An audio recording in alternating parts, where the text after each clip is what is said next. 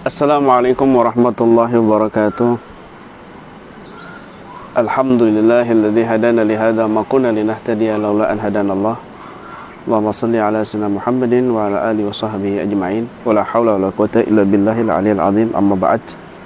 Para pemirsa dimanapun Anda berada, alhamdulillah di penghujung Ramadan, detik-detik malam Idul Fitri, kaum muslimin muslimat memiliki kewajiban untuk mentasarrufkan zakat, memberikan zakat kepada orang yang mustahik. Namun ada beberapa persoalan yang sering berulang-ulang terjadi di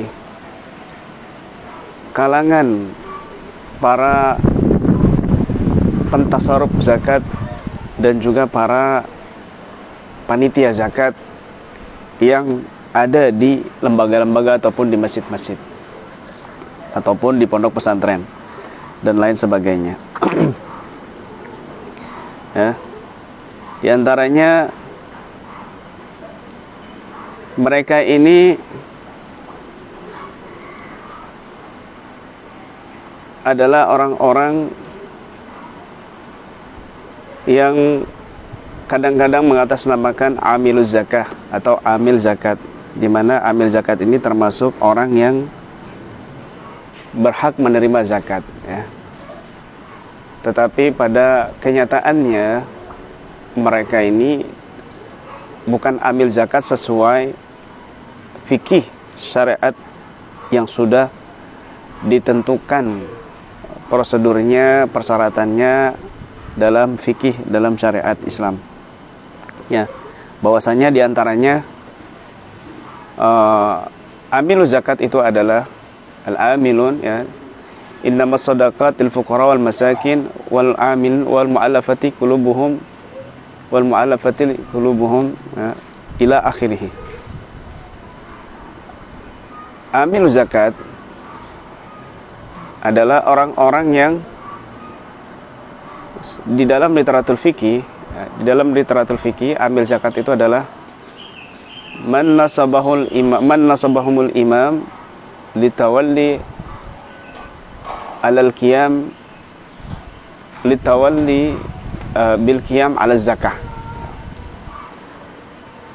Secara garis besarnya seperti itu. Amil zakat itu adalah orang yang diangkat oleh imam, kepala negara, ya. Oleh imam, kalau di lingkup lebih kecil lagi ya Kementerian Agama, ya. Dan lebih kecil lagi Kementerian Agama setiap kabupaten, kan, gitu. Yang sekarang ini ada Basnas, ya, Badan Amil Zakat, ada Lazis, kan, dan lain sebagainya. Maka mereka orang yang diangkat oleh imam secara resmi, ya, kepala negara atau Kementerian Agama, ya. Ada SK-nya begitu. Tetapi di pondok pesantren maupun di masjid atau lembaga-lembaga semisalnya, mereka ini tidak ada SK dari kepala negara, kementerian. Mereka dibentuk secara spontan saja di masyarakat, ya, karena untuk menampung zakat kaum muslimin muslimat sekitarnya, ya, dan tidak ada SK. Ibaratnya mereka ini untuk memakmurkan masjid, menampung zakat-zakat kaum muslimin muslimat. Maka mereka ini konsekuensinya bukanlah ambil zakat yang dimaksud. Mereka hanya sekedar panitia. Dan ini sangat berbeda jauh, ya, dengan amil yang dimaksud dalam fikih. Mereka ini yang pertama, ya, kalau panitia zakat ini, mereka ini tidak wajib zakat, ya, tidak boleh mengambil zakat dari zakat-zakat yang diberikan kaum muslimin di masjid tersebut, gitu loh. Dan juga wajib menanggung apabila ada kesalahan atau kekeliruan atau mungkin ada keteledoran di dalam zakat yang diterima tadi itu, maka dia wajib menjamin, begitu. Maka dia wajib menjamin dan menanggung. Kalau amil zakat, ya, kalau amil zakat setelah diterima zakat itu dari kaum muslimin muslimat, mereka tidak wajib menanggung jika ada kekeliruan dan sebagainya, begitu. Apalagi sampai mengendap, ya. Misalnya zakat ini sampai mengendap, maka amil zakat ini panitia zakat ini wajib bertanggung jawab. Ya, wajib bertanggung jawab gitu. Nah, kemudian panitia zakat dan amil zakat, di antara perbedaannya lagi, ketika kita memberikan kepada panitia zakat, maka zakat kita masih belum sah sampai panitia zakat ini memberikan kepada para mustahiknya. Sedangkan kalau amil zakat, ya, basnas dan sebagainya, kita berikan kepada mereka, maka itu sudah sah kita mengeluarkan zakat tanpa mereka membagi-bagi setelahnya, gitu ya. Itu perbedaannya di situ.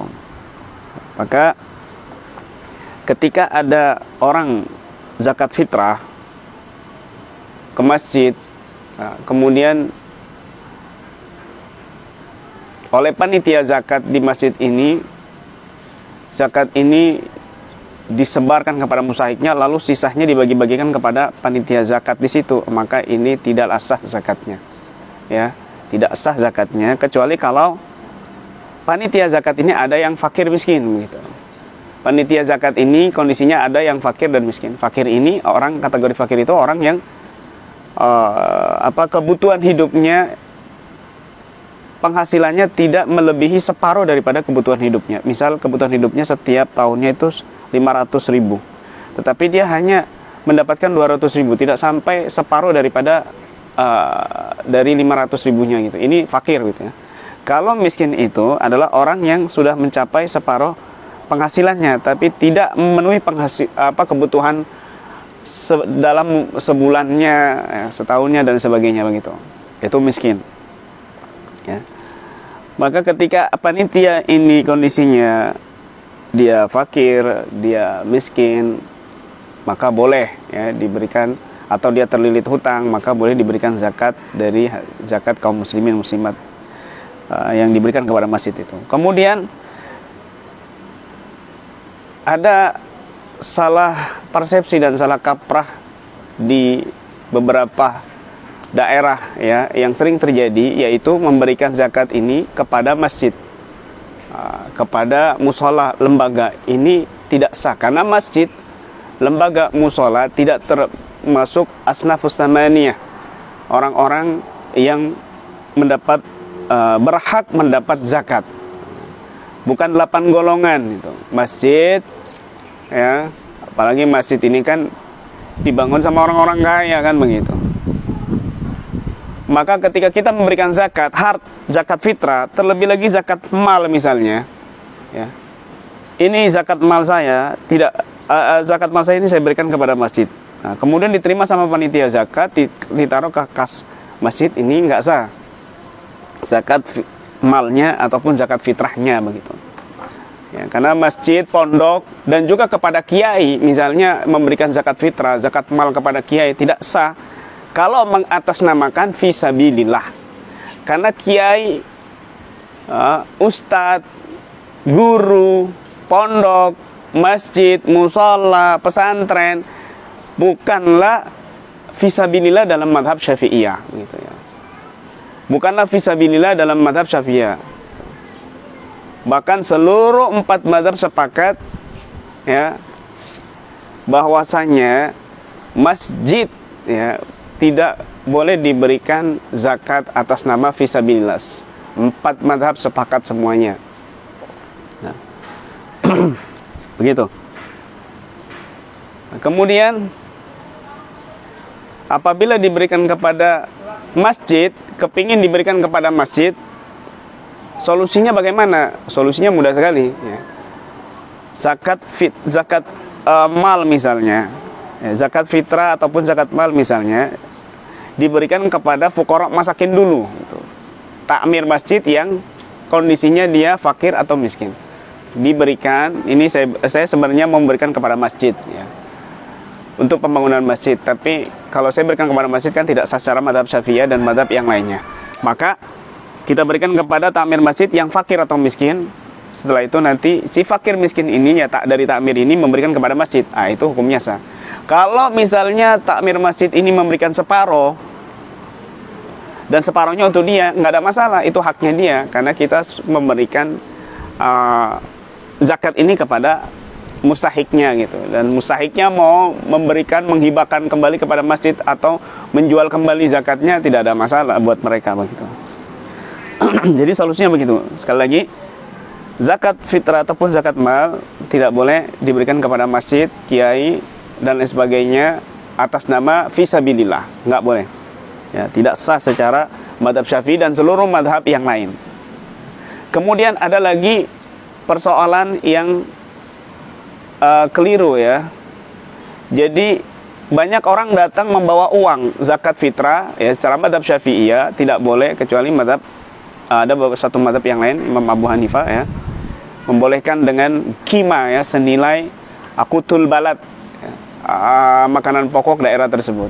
Tapi madhab yang lain termasuk madhab Imam Syafi'i ya, Syafi'iyah tidak membolehkan zakat fitrah dengan uang. Nah, di kalangan kaum muslimin di beberapa daerah itu ada yang membawa uang, ini zakat fitrah saya gitu. Kemudian diterima oleh panitia zakat. Nah, ini nggak sah gitu. Tidak sah, kecuali panitia zakat di masjid menyediakan beras ya. Modal beras dia beli, kemudian nanti kalau ada orang yang memberikan zakat dengan uang, diarahkan ini beli zakat dulu ya, beli fitrah dulu, maksudnya beli beras dulu di situ, beli beras dulu, kemudian baru nanti dizakatkan oleh diwakilkan kepada panitia zakat. Sekali lagi, panitia zakat ini jatuhnya wakil muzaki. Kalau amil zakat jatuhnya itu wakil mustahik. Bedanya di situ ya. Artinya ketika kita memberikan zakat kepada panitia zakat di masjid masih belum sah sampai zakat ini diberikan kepada para mustahiknya. Kalau amil zakat, basnas dan sebagainya, maka itu sudah sah meskipun orang-orang basnasnya, orang-orang amil zakatnya belum memberikan kepada mustahiknya, karena dia sudah mustahik gitu. Nah, kemudian zakat mal. Nah, ini juga perlu diperhatikan. Banyak tuh bulan Ramadan orang-orang memberikan zakat mal ya. Padahal zakat mal kan syaratnya itu harus sampai 1 nisab dan juga haul ya, sampai 1 tahun ngendap uangnya gitu. Seorang marketing misalnya ya, dia per bulannya mendapat gajian 10 juta, maka dalam setahun itu bisa 120 juta. Ini sudah mencapai nisab ya. 1 nisab ini 85 gram emas ya, misalnya satu emasnya itu 1 gram emas itu seharga sekarang mungkin 900.000, maka 900.000 dikalikan 85 gram ya, bisa 76 juta lebih gitu. Maka kalau orang sudah memiliki uang 76 juta dalam waktu 1 tahun, maka dia wajib mengeluarkan zakat malnya 2,5% ya, 2,5%. Nah, misalnya 120 juta ya. Tadi si Ahmad seorang marketing gajiannya 10 juta setiap bulan, maka dalam 1 tahun ya, misalnya bulan Juni, maka bulan Mei nanti dia wajib mengeluarkan ya, jadi 120 juta 2,5%-nya ya. 2,5%-nya dari 120 juta. Sedikit, nggak banyak. Ya, nggak banyak gitu. Kemudian atau 10 juta per bulannya itu berapa ya? Dari 2,5%-nya. Jadi nggak banyak, 250.000 kan gitu. Nah, maka zakat mal ini harusnya mencapai 1 nisab. Misalnya dia seorang marketing, masuk jadi seorang marketing ya, bulan Juni. Nah, maka nanti dia mengeluarkan zakatnya bulan Mei kan begitu, 1 tahun. Tapi karena bulan Agustus sudah September sudah Ramadan, dia ingin mendapat pahala lebih di dalam berzakat. Nah, ini namanya dalam ilmu fikih zakat muajjal ya, az-zakatul muajjal atau ta'jiluz zakah, mendahulukan zakat. Bagaimana hukumnya? Bagaimana fikih memandangnya? Apakah boleh mendahulukan zakat di bulan Ramadan ya, karena ingin mendapatkan pahala berlimpah sebelum waktu haulnya 1 tahunnya? Boleh, asal ada beberapa syarat. Di antaranya ya, uangnya itu sudah 1 nisab. Sudah sampai nisab maksud saya.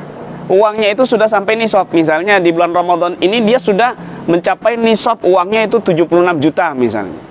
maka boleh dia untuk berzakat. Kedua syaratnya, kecuali zakat tijarah ya. Kedua syaratnya adalah dia, si pemilik ini orang yang tetap menjadi orang yang wajib memberikan zakat mal sampai di haul yang mendatang. Misalnya bulan Juni dia jadi marketing ya. Kemudian bulan Mei, di bulan September karena Ramadan dia memberikan zakat malnya. Tiba-tiba di pertengahan sebelum nyampe 1 tahun dia meninggal dunia, maka zakat mal yang telah diberikan tidak sah, begitu. Tidak sah gitu ya. Nah, kemudian juga mustahiknya termasuk orang yang mustahik sampai 1 tahun gitu. Misal begini, diberikan kepada si Mansur ya. Mansur ini orang fakir. Sur, ini saya berikan zakat mal saya. Sebenarnya saya harus mengeluarkan bulan Mei nanti. Tapi karena ini Ramadan saya berikan biar berlipat ganda. Nah, maka ini sah kalau nanti sampai bulan Mei Mansur ini tetap orang sehat normal. Kalau belum sampai bulan Mei Mansur gendeng misalnya gila, ya nggak sah zakatnya gitu. Karena dia bukan orang yang mustahik selama setahun tadi itu, begitu. Tetapi ada catatan penting dalam mazhab Syafi'iyah itu, ketika kita diberikan zakat ya, Mansur diberikan zakat mal ya di bulan Ramadan. Kemudian sudah setahun dia mikir, ini yang memberikan zakat saya ini orangnya masih hidup apa enggak? Orangnya termasuk masih orang yang wajib memberikan zakat atau dia jatuh miskin misalnya yang memberikan zakat saya. Misalnya Faruk memberikan zakat mal kepada Mansur di bulan Ramadan.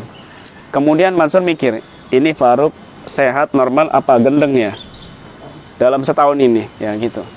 Ternyata dapat kabar Faruk ini gendeng, maka zakat mal Faruk tadi nggak sah, jatuhnya sedekah kan begitu, atau dia wajib mengembalikan kepada Faruk yang gendeng tadi itu. Tapi kalau Faruk ini dalam setahun ini sehat, dia nggak tahu ini sehat apa nggak ada kabar, maka tetap sah jatuhnya ya. Dalam mazhab Syafi'iyah dia tidak bisa meyakinkan orang yang memberikan zakat kepada dia itu masih berhak, masih wajib memberikan zakat atau mustahiknya ini, maka dia tidak zakatnya tetap sah gitu ya. Kalau dia tidak bisa meyakinkan, nah, begitu. Nah, ini diantara beberapa problematika pentingnya di dalam mekanisme zakat fitrah dan zakat mal ya. Setiap tahunnya terjadi berulang-ulang kekeliruan-kekeliruan yang perlu diluruskan. Baik, mungkin itu saja singkat, mudah-mudahan bermanfaat dari saya. Usikum wa nasibillahi billahi taufiq wal hidayah wa ridha wal inayah ila liqa wa la faminkum. Assalamualaikum warahmatullahi wabarakatuh.